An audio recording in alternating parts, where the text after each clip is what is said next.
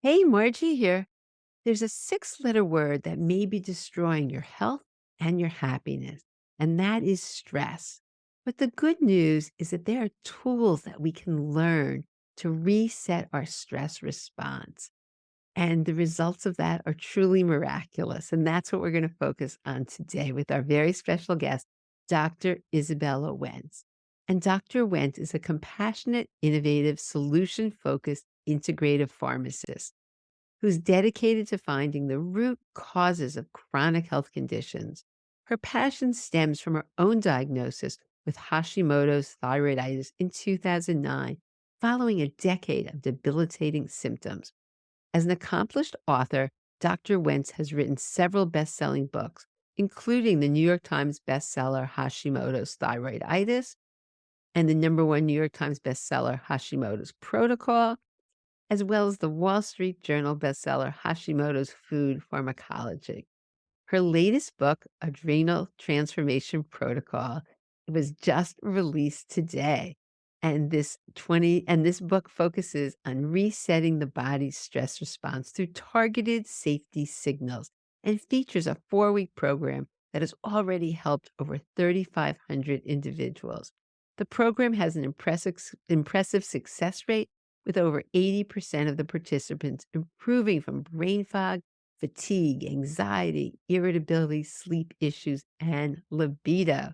So if you have any of those, you absolutely want to tune in today and learn what you can do right away.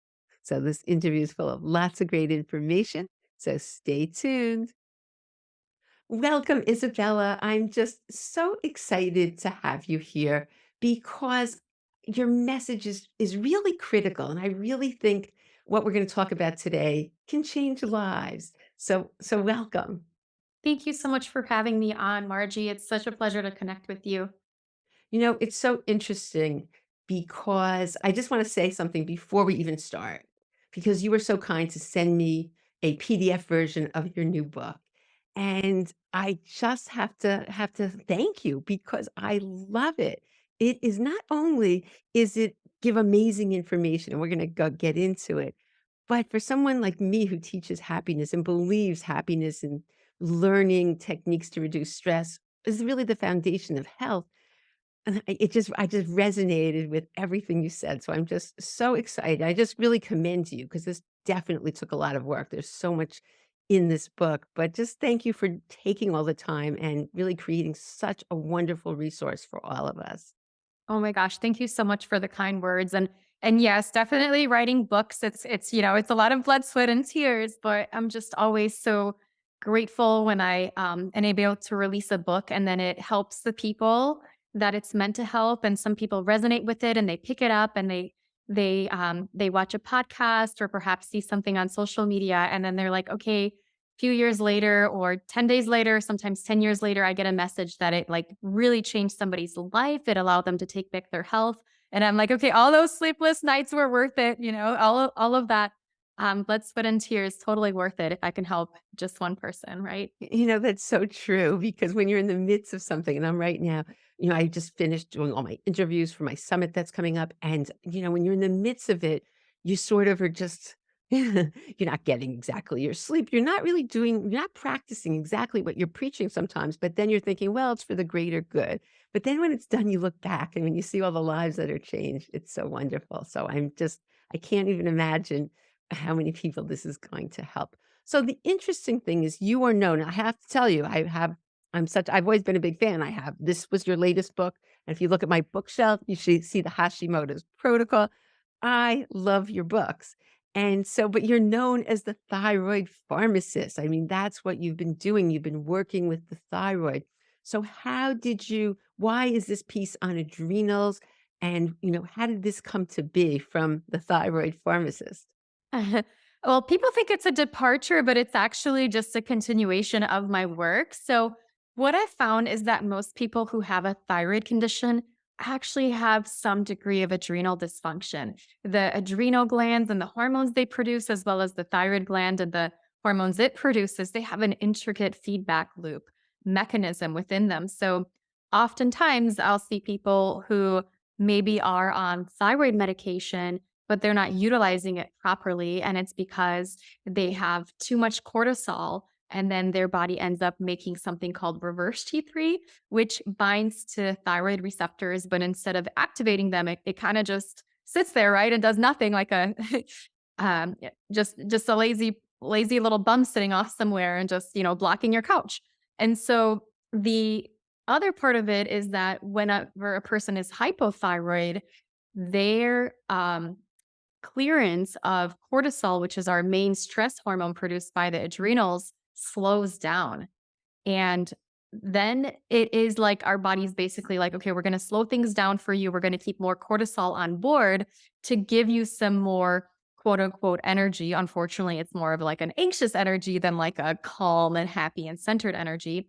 And when a person finally gets diagnosed with a thyroid condition and they are prescribed thyroid medications at some stages, this may be necessary further down the line when they're super hypothyroid. And at that point, their clearance of the cortisol increases, and taking a thyroid hormone can actually unmask a problem with our cortisol levels. And this can lead to basically a person will say, okay, I got diagnosed with a thyroid condition. Now I understand why I'm having weight issues, why I'm kind of fatigued, why I'm kind of anxious, why I'm losing my hair. I'm going to get on thyroid meds. This is going to help me so much. But yet they get on the thyroid meds and then their cortisol drops down. And then they're like, holy cow, I'm like kind of even more tired than I was before. And I'm, wired at nighttime and I still can't sleep. And a lot of times this is the adrenal piece that we really need to address in people with thyroid conditions. And I've also seen people who have every thyroid symptom and yet we'll look at like their thyroid labs and we'll look at their Hashimoto's antibodies and so on and so forth. And it'll be like, well, all of this is actually fine. It's actually your adrenals that are sabotaging your quote unquote thyroid function because we're not binding the right thyroid hormone receptors with the right thyroid hormone when we have too much stress going on in our bodies and our adrenals are in need of support. So it's all connected. Okay, so let's talk about this because it's not something that everybody knows about. It's not as though you go to your doctor and they're like, "Oh, yes, you have adrenal dysfunction or adrenal fatigue." Well, we can talk about that because a lot of doctors don't even acknowledge that. But tell us what exactly happens when you have adrenal dysfunction, how it develops, and how would someone know that they have it? Sure. So it starts off when generally a person goes through a period of significant stress. So this could be traumatic stress in their lives. So it could be losing a loved one, going through a divorce. It could be something even positive like having a baby or going through graduate school, right? And it could also be something that we may not necessarily feel on the psychological component, it might be something going on within our bodies, such as exposure to a gut infection, or perhaps exposure to a toxin, or exposure to mold, something that overwhelms our bodies. This can lead to the body initially trying to help us. And so we get put into this fight or flight mode. And then the body starts releasing more cortisol. The brain goes to the adrenals. We're in a dire situation. I don't know if it's a famine, I don't know if it's a war, I don't know if a tiger's chasing us, something's going on. You need to pump out more cortisol to help us get through this situation. And we do need cortisol throughout the day. We need to have a little bit more in the mornings and a little bit less throughout the day. We do require cortisol for life and survival and to manage inflammation in our bodies. But it's problematic when we produce too much of it, which kind of happens in the early stages of stress response. And then another thing that can happen is when the stress response goes on long enough and the body doesn't sort of recalibrate, we get stuck in this chronic stress response where a person will not be producing the right amount of cortisol at the right times. So they may have what I call flatlined adrenal cortisol curves, where they are just like barely producing any cortisol throughout the day. And they're having trouble waking up in the morning. They're brain fog, they're fatigued all day, and they might sleep. They might sleep 10 to 12 hours and they're still not refreshed. And then we have people somewhere in the middle of that and then the super high cortisol outtake, and they feel like they're on a roller coaster because they might start off with low cortisol in the morning. They have trouble waking up. but then they get anxious later on in the day. Then they're like, they have the 3 p.m. crash, and then in the evenings they can't sleep. So they're just all over the place. And this is what I see, the patterns I see in people with thyroid issues, people who struggle with weight gain, people who struggle with fatigue, brain fog, libido issues, have trouble sleeping at night or get unrefreshing sleep. These are just some of the main symptoms, but there's a list of things we can go through if a person is wondering if they might have adrenal dysfunction. Oh, okay, that would be great, but for this community with people are concerned about bone health, there's such a correlation because if you have too much cortisol, the research has shown it reduces the activity of the osteoblast, the bone-building cells, and there's been research on this, and if you don't have enough cortisol and you're so fatigued, you're really not gonna be able to engage in exercises and all the things that are so important, so it's very important that people address this and don't just think, "Oh, I'm getting older," or "I'm just tired," or, a lot of times we just sort of accept things that we don't need to accept, and that's why I love your approach, but you also have a personal story about this, and I love when people explain, like, why they got so passionate personally because of what happened. Do you wanna just share about adrenals and for you as well? Sure. And I actually have like 3 stories of like getting into adrenal dysfunction. The very first time I was on my healing journey with Hashimoto's, and I had already been on thyroid meds, and I was like, I got off of gluten and dairy, and I was like, this is great. So my acid reflux went away, my carpal tunnel went away, my IBS went away. A lot of things were getting better, but my fatigue and especially my morning fatigue was still present, and I was still kind of anxious. I was still kind of having unrefreshing sleep and some of that frustrating brain fog. And so I remember talking to a lot of different practitioners, and everybody kind of said the word adrenal fatigue. And so I went online, right? And I'm like, okay, I Google it and I was like, adrenal fatigue, that doesn't exist according to like the medical websites, right? And then I'm like, but wait, I have all the symptoms of it. So I'm like, I have salt cravings. I'm sensitive to bright lights. I'm sensitive to noises. I feel wired but tired at nighttime. I get this second wind. And sometimes when I stand up, I feel faint. And I was like, okay, well, like, so this thing isn't real, but my symptoms are real and they sort of fit that hat. And I decided to give it a try, and I tried out the interventions for adrenal fatigue. And holy cow, I felt better, right? And so this is a big part of what I've been recommending for people with Hashimoto's, with thyroid issues over many, many years. And my protocols have sort of evolved um, over the years, just as I have as a practitioner and as becoming a mother, right? So I used to recommend like pregnenolone and DHEA, sometimes even hydrocortisone, depending on the level of adrenal dysfunction a person had, to help balance their circadian output of cortisol and DHEA. And that worked really well for myself as well as for some people. But then other people were like, I can't tolerate DHEA, or I don't feel comfortable getting on hormones. And you do really need to work with like a trained practitioner to dose the hormones and monitor the hormones and so on and so forth.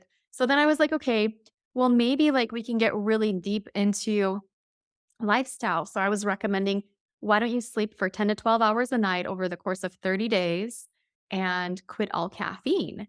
And this is something that some of my clients did, and it worked really, really well for them. I did that when I got burned out after doing, like you said, we do these as I think health enthusiasts and health advocates, we sometimes don't follow our own advice. And I ended up doing an adrenal, or not an adrenal, what am I saying? A thyroid documentary series where I had some deadlines and I wasn't sleeping, right? So I was going to bed at like 3 a.m. trying to finish everything and waking up at 7 for months at a time. And one of the fastest ways to get into adrenal dysfunction is sleep deprivation. So part of my solution for that was like after that was done, I just like took a month off and slept, right? And so that's something that worked for me at that time in my life and worked for other people. But the third time I got into adrenal dysfunction was as a new mom. So I had an 8-month-old baby that was waking up every 2 hours, and I was like, "Holy cow, what's going on?" And I tested my adrenals, and they were kind of in that flatline curve where I just wasn't making enough cortisol throughout the day. So I was like, I can't take hormones. I can't sleep for like 10 to 12 hours a night. And then I was like, okay, I can't quit coffee. Like I had just started drinking coffee to get through that time. And so I had to come up with a new way to build energy within my body and discovered on accident sort of a new paradigm of how to build more energy in the body. And I've kind of realized that some of the things people do, like through lifestyle, like drinking too much caffeine or drinking too much wine, they're not necessarily like the cause of their adrenal dysfunction, but for a lot of people, there may be self-medicating that way. So that's kind of my own story is I was able to come up with something that worked really well for me and didn't require quitting coffee, sleeping a lot, or hormones. And this actually worked in about 3 weeks to restore my health. And then I let my community know about it because I was like, okay, people need to know that this is possible. Absolutely, because that's the typical approach for integrative doctors. They'll test your adrenals, quit coffee, sleep more, take hormones like DHEA. And so your approach is beyond that. And so, yes, and then that's what you've put in the book. So very exciting. We'll get a little more into that in a minute. But we mentioned something that doctors, and I have found this also, they just think the adrenal fatigue is a bogus diagnosis. Why do you think that is? Why do you think when people mention it to their doctor, there's like, "Oh, that's not possible," "I don't know what you're talking about." It's one of those things, and it's a passion point of mine these days. I know 10 years ago when people were talking about intestinal permeability, but calling it leaky gut, like doctors were like, there's no such thing as leaky gut. But yet, when you look at the published medical research, it's like intestinal permeability right there. That like it's a thing. It's associated with many types of autoimmunity. And I feel like that's been more established now that intestinal permeability is real, right? There's so much research behind that. Now, with adrenal fatigue, the term was initially coined by a naturopathic doctor.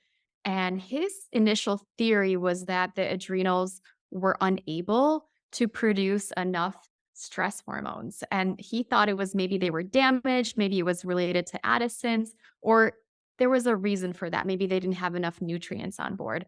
Now, when looking at the actual mechanism of action, we now know that's not entirely accurate. So, what there is a condition known as Addison's, which conventional medical doctors will diagnose in rare circumstances where the adrenal glands do get damaged by the immune system, and they just cannot produce enough stress hormones. So, this isn't what we're talking about in adrenal fatigue, adrenal dysfunction.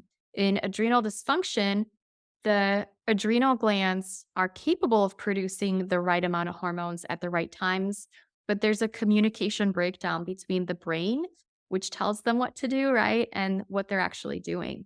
And part of that is going to be like, I'm like, I scratch my head because doctors say like adrenal fatigue doesn't exist, but yet they'll call it HPA axis dysfunction. So hypothalamic pituitary adrenal axis dysfunction is the official scientific medical term. So if you do like a PubMed search on that, you'll find a ton of articles about that.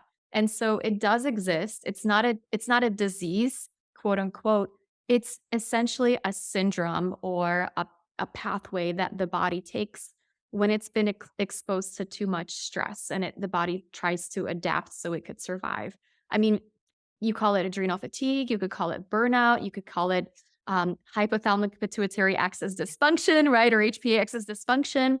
I feel like I call it adrenal dysfunction. That seems to be the least tongue-tied way of calling it and the most accurate. But at the same time, I feel like it's a bit silly to me because the argument is over like the nomenclature where we forget that people when you tell somebody that something doesn't exist, you're invalidating their symptoms because those symptoms are very, very real. And there's a very real and predictable way to rebalance the body when you're in that stress response. Yeah, absolutely. Something I really loved in your book, you talked about that we have to feel safe in order to heal, and that your body gives you safety signals. And I think that's a really important point that many people don't realize, don't fully understand. Do you want to share a little bit or maybe expand upon that? Because I think it really can help a lot of people. I think it's really critical when we think about what our body is always trying to do. Body's always trying to adapt to our current environment to help us survive, right? And so when the body's receiving messages that we're not safe, maybe it's a famine, maybe it's a war, maybe it's a bear chasing us, right? Then the body's going to shift into survival mode where we get into this fight or flight and we're producing cortisol or down regulating cortisol production, depending on how long we've been there. And then we're not really prioritizing things like healing, resting, and digesting and like regeneration of the body. And so my approach to it was okay, so the body's getting all these danger signals. And what in our life is sending these danger signals, right? Could be sleep deprivation, a cave woman that wasn't sleeping, there's probably a good reason why she wasn't sleeping, right? It wasn't Netflix. It was probably like she was on lookout for something, right? If you're skipping meals, and you're not eating enough calories and on a consistent basis, and you're eating foods that are inflammatory to you, that's probably sending a message to the body for many people that we're in a famine, right? Like a cave woman would not you know, ignore all these foods and starve herself on purpose unless there was a famine. And that tells the body to go into survival mode. Let's slow down metabolism, right? So that we can get through this harsh winter, whatever the case is, the reason behind the famine. And so I thought, like, okay, so can we stop sending these danger signals and can we instead send safety signals? And the safety signals, it's incredible because within just a few weeks, they can shift the body out of that fight or flight state that some people have been in for months, some people years, others for decades, into that safety state where you're like, I'm ready to rest, digest, and regenerate, and go into more of a building up process. And so, very targeted things like blood sugar balance, avoiding inflammatory foods, nutrient density, eating enough for your body, like really great, satisfying, nutrient dense, non inflammatory foods. That's going to let your body know like that you're not in a famine and that it can let go of some of the, extra fat that we've been storing. It's very, very incredible, what can happen. And other parts of that are adding in, pleasurable activities, adding hydration, adding in the right type of exercise. And a lot of things that I focus on is like the messages we send to our body, whether it be from a food source or a physical source or even from an emotional, mental source. Oh, I love that. Well, talking about the mental, emotional, there's a quote from your book that I just love. And it says, and I'm a big believer in setting intentions. I do that all the time with any program I start or anybody embarks on a program. But you actually said setting intentions before embarking on a healing journey helps speed up the healing process by putting you in the right mindset. So I couldn't agree more, and I love that that's part of your program, and there's even it's sort of like a workbook almost where you could write things down as you move through the protocol, which I think is so, so helpful for people. It's not just do this, this, this. You actually give them tools that they can do this. But tell us about what you found with setting intentions, because I couldn't agree more about this.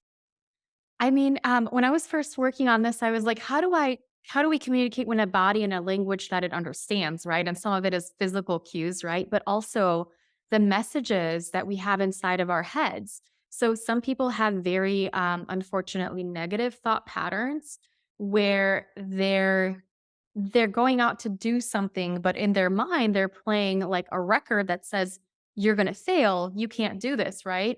And so when we shift that and we set the intentions of like, this is what I want, and this is, how I'm going to do it, and this is how I'm going to show up. These are my intentions. We kind of have a new roadmap in our minds, and it's much easier for the body to follow that. It really does work, especially like, setting intentions is like the first step to getting really a lot of clarity on what you need to do in your life to make things happen. So it's remarkable. And I feel like without that, you will not get as far as you were hoping to get. I think that's what's so fun is that these little things are sort of like small hinges that open huge doors. They make such a big difference, and I think setting intentions is so important. But there's some other aspects in your book too. You talk about gratitude, forgiveness, all these pieces that people don't realize that are gonna help you physically, but also your entire life is gonna change, and you'll become much happier and reduced and less stressed as well. So I was just so impressed with all these pieces that are a big part of the book in addition to the food, the recipes, and, what you need, the supplements, like all the other areas, but this piece was a big part of it, and I agree with you, you can't skip this. I don't think healing happens when you're still holding on to things like the negative thoughts and not, don't even know what your intentions are, so I think that's just, I just really commend you on how you put that all together. So for everybody listening, what would you say some of the fundamental principles of this protocol are that maybe they could even get started right away? Like, what would you say would be some of the main things? Okay, so some of the things I would say focusing on blood sugar balance is going to be really important for most people. Most people think they're eating enough protein, but they're not. So making sure you're eating protein and fat. And I would say for a lot of times, if you're feeling anxious or hangry or you're kind of irritable, a lot of times that can be a game changer within just a few days. And I will tell people to eat more protein and fat every 2 to 3 hours in the initial stages of healing when they're in this adrenal dysfunction state. And that can bring about balance within just, like I said, just a few days. And then focusing on replenishing some of the nutrients that may be lost when we're under a chronic stress response. This would be B vitamins, vitamin C, magnesium, and electrolytes. That can be incredibly helpful and game changing. And it could take you from feeling overwhelmed and frazzled to, okay, now I'm in my body and I feel a state of calm. I'm not in pain anymore. I'm not anxious. I have good sleep. I don't have cramps anymore. And so, and this is something that I would recommend for most people.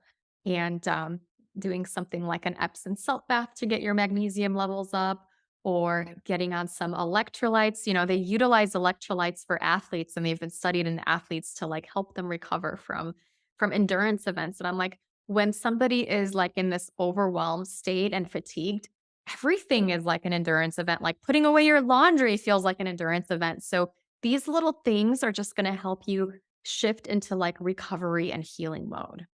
What are your best suggestions for the electrolytes? Um, I do utilize, I have a blend from a Rootology called Electrolyte Blend, and I added some ribose in there.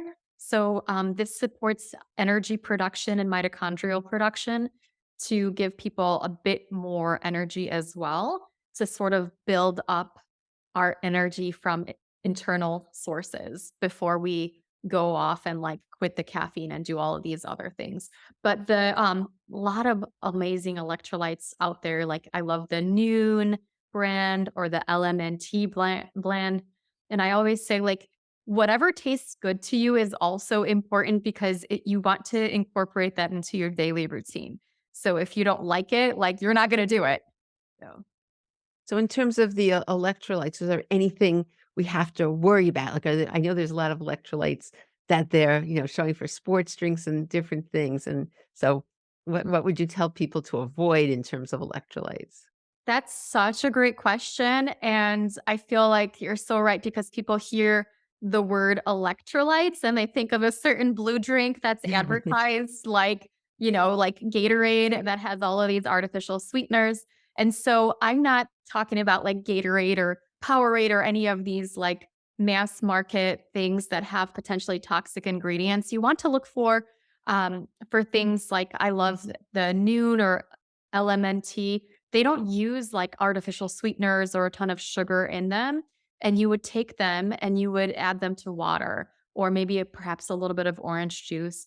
And usually they're a little bit fizzy and you can drink them that way. rather than, getting so many calories and so many potentially problematic sweeteners into your system. Unfortunately, many of the sweeteners have been tied to thyroid issues, IBS issues, and we can do a whole thing about like artificial foods. Um, but yeah, thank you for asking that question. Yeah, no, it's really interesting because all of my kids played sports, and I know at different in my one son played ice hockey, and, that would be when you're the mother to bring all the drinks, it was the Gatorade, so I switched it for my time to, coconut to, to what is it called? Coconut the coconut Hot drink. water. Yeah, Yeah. coconut water, but I just, no one thinks twice, "Oh, yeah, more Gatorade, more," and they're drinking tremendous amounts of it, so it's not like they're just drinking a little bit. And so your supplement, how has that come? The supplement that you had mentioned that you created with the electrolytes in it?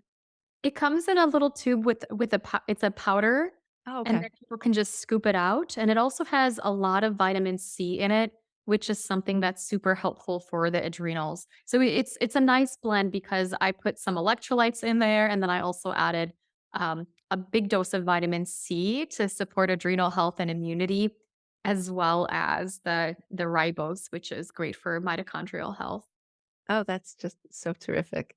So what else would you like to share with this community? I'm really excited. And how do they go through? Let's talk about your book, and let's talk about how people use that as a roadmap, because you really can. I mean, when I'm reading, I'm like, this is very easy to follow, doable. It's not overwhelming. I think that's another important thing. The steps are, sort of a step-by-step approach. So why don't you share how people can use that as a resource? Sure. And so the book has been piloted with over 3,500 people. So I initially released it as the Adrenal Transformation Program to my community. And one of the things is like I try to take complex topics and I try to make them really, really approachable and really doable. And so I'll work with like a health coach and a nutritionist to just really break down the steps into like tiny little micro goals. And so the book does contain all of the information you need to get better, but we also have like a chart. And this is a chart that we followed throughout the program where perhaps you take 4 weeks to complete, you give yourself a checklist of things that you're going to do and you set certain goals. So maybe on week 1, you're getting ready to just change up your diet and add in more protein and fat throughout your diet and utilize the nutrition safety signals. Then in week 2, you might utilize some of the foods, or I'm sorry, some of the supplements, right? And then in week 3, you're going to start focusing more on the additional lifestyle changes. And week 4, some of the deeper work like trauma work and figuring out like what may trigger you and how to build resilience within your body and within your mind. Oh, I love that. Actually, let's just talk about that for a minute, because that was one of my favorite when I'm reading that. There was like a list of trigger. There was something, I forgot what you called it. You called it trigger. Oh, to develop your trigger toolkit. That's what you called it in the book. And so I thought that was so very helpful, because a lot of people just live their whole life with these triggers that set them off. So what have you found with that toolkit? I found, as I found myself personally, I was, you could keep it together most of the time, but then there's things that may have happened to you in your life that trigger you. For me, I always grew up, I had an older brother who's like 6'2", and he's like at martial arts. And I'm like 5'3", 5'4", and very tiny. And there was always this messaging that in my subconscious growing up that I was weak or that I wasn't strong. And I remember this particular memory of like, I think I was maybe 9 years old and like a 5-year-old hit me. And I felt like, "Oh my gosh, everybody just thinks I'm so weak. Even a 5-year-old can hit me or, maybe a 3-year-old. What's wrong with me?" Right? And then I found working with an EMDR therapist, EMDR coach to help me like reprocess that past trauma of always feeling weak was a really big game changer in how I interacted with the world because for a while like I was like this balanced person but I would go into the gym to try to work out with a personal trainer and they would say something about my strength or whatever. Can you do heavier weights? Or maybe this weight looks too heavy for you. And I would be offended and my heart would race and I'd be like, how dare they say that to me? Right. And all they were like, they were just, they're like, here's a heavier weight, try that. Right. And so just taking that, like, like you reprocess some of these traumas and then they say if you don't heal what cut you, you will bleed on those that didn't hurt you, right? And a lot of people, unfortunately, myself included, are walking around with these past hurts and past traumas that can really be very heavy on us and prevent us from experiencing the world the way we're meant to experience it. So part of that is working through those traumas, but in the process, like if we have a lot of them, we want to have a toolkit, right? So what do we do if somebody says something that just like makes us bonkers, right? And sends our heart rate racing and you just want to yell at that person and be like, "Ooh." So I have a trigger toolkit and that I encourage people to review and adapt some of the tools as their own and maybe add some more in there. So for some people it might be going for a walk, right? Just like you get a phone call and somebody sends you a text message and it makes you really, really angry. Rather than like replying back, like put your phone down and go on a 10-minute walk around the block a few times. For other people, it might be taking an Epsom salt bath, taking a nap, talking to a friend, but just making sure that you have a toolkit for what you're going to do in case you get triggered, right? So that can be a big game changer for everybody on their healing journey. Yes, I just think that's great because oftentimes we just don't even think about being prepared and having that toolkit and just knowing and pausing and then utilizing the toolkit can just really reduce your stress and just, afterwards people are so sad, "Oh gosh, why did I react that way?" But if they had that toolkit, then they're all set. Then they've got this and then that over time you use those tools and things start lessening. So I just thought that was very powerful, and I really like the way you had that in the book. So for people listening, it sounds like everybody could benefit, but who would you say, you know, what would you say for the people listening? Like who should absolutely like immediately get this book? Like, I know everybody can reduce their stress. And, the world's stressful. There's no question. We're not going to change that. But if we can reduce how it affects us and it doesn't throw us over, it's gonna be just life changing for our happiness as well as our health. But is there anyone in particular? I mean, any thoughts on on who should really make sure they get this book? Yeah, absolutely. And so I've done some outcomes research with the participants and try to track down who's most likely to be helped by Great. this book. And if you're struggling with brain fog, 92% of participants got their brain fog better within just 3 weeks. If you're struggling with morning fatigue, we had close to 90% success rate with that. Any kind of fatigue, close to 90% as well.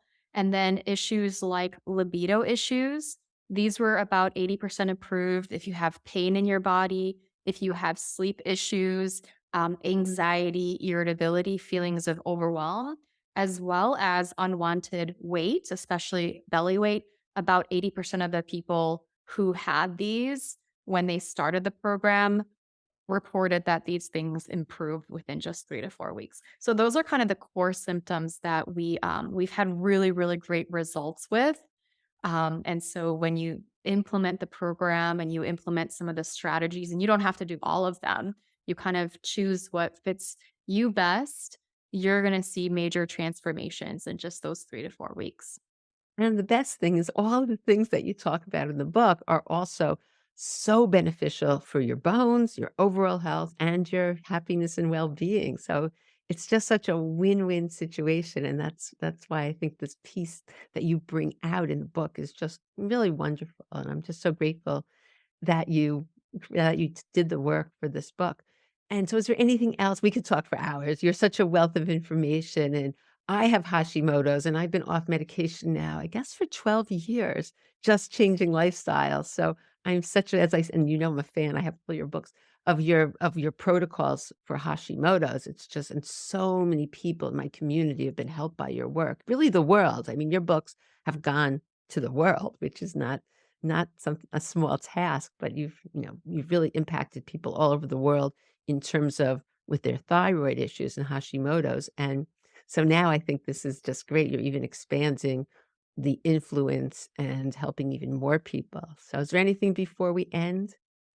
Thank you so much for those kind words. It's a pleasure and an honor to be here with you. I feel like my goal is for people that are struggling and they're stuck in that stress state to let them know that they can absolutely like thrive again and to feel calm and beautiful and powerful.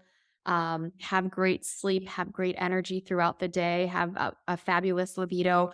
And it's really achievable no matter how long you've been sick. You can see benefits in just 3 weeks. It can be absolutely helpful for you. And whether you have a thyroid condition or not, this can be helpful. Definitely, I see a lot of times people will reach out to me. They say, I don't have Hashimoto's, but I have all these symptoms.